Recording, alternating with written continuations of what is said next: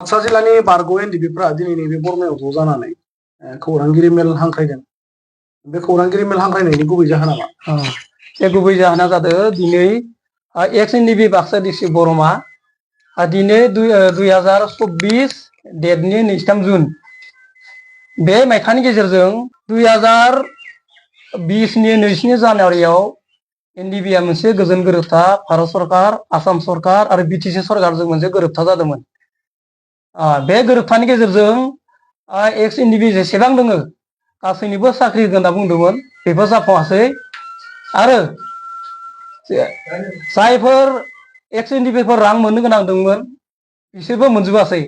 आरो जिकेटा आरो रायजो सरकारा भारत सरकार, आसाम सरकार, बिटिआर सरकारा 7 मास दरमा होनो होनना बुंदोंमोन, बेखौबो मोनजोबासै।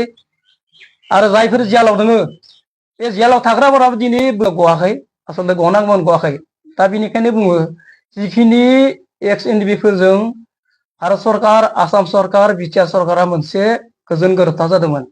बे गोरोबथा बायदियै जायफोर दिनै जेलाव दङ बिसोरखौ हगारनांगौ, जायफोर दिनै रां मोनाखै बिसोरनो रांखौ होनांगौ, आरो जायफोर दरमा होनानै गेजेराव बन्द' खालामना दोनदों बिसोरखौबो होनांगौ।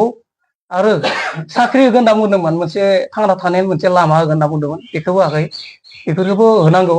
दा बेखिनिखायनो जोङो जाफुंनाय नुवाखै। जाफुंनो थाखायनो जों दानि रागा जोंनानै दिनै बे प्रेस मिटनि गेजेरजों बुंबावनाय जाहैदों जे जिकेटा भारत सरकार, आसाम सरकार, बिटिआर सरकार बिसोरो जमाय रायज्लायनानै एक्स एनडिबिजों जिबायदि गोजोन मोनसे गोरोबथा जादोंमोन बे गोरोबथाखौ दिनै गोरोबथा बायदि जाफुंसार जोबनांगौ, बेखौनो बुंनानै आं दिनै दोनथ'नाय जाबाय।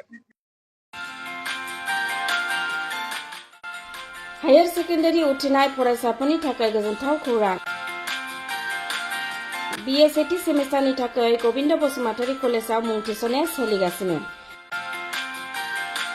गिबि मुं थिसननाय 100 फरायसाफोरनि थाखाय स्पेशल अफार आरो गुबुन गुबुन रोखोमनि बेसेन नाङै क्लासनि खाबु होनानै मुं थिसननायनि हाबाफारिया गबिन्द बसुमतारी कलेजाव सोलिगासिनो। फरायसाफ्रा गावनि गोसो बायदि साबजेक्टफोरखौ सायख'नानै लानो हागोन।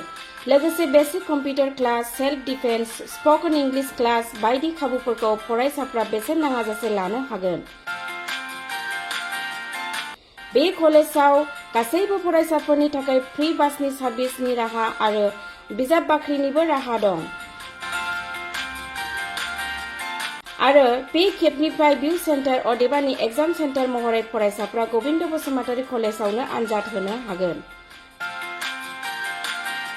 गबिन्द बसुमतारी कलेजाव एसेल' बेसेनावनो मुं थिसननानै कलेजनि राहानि खाबुफोरखौ लानो हागोन।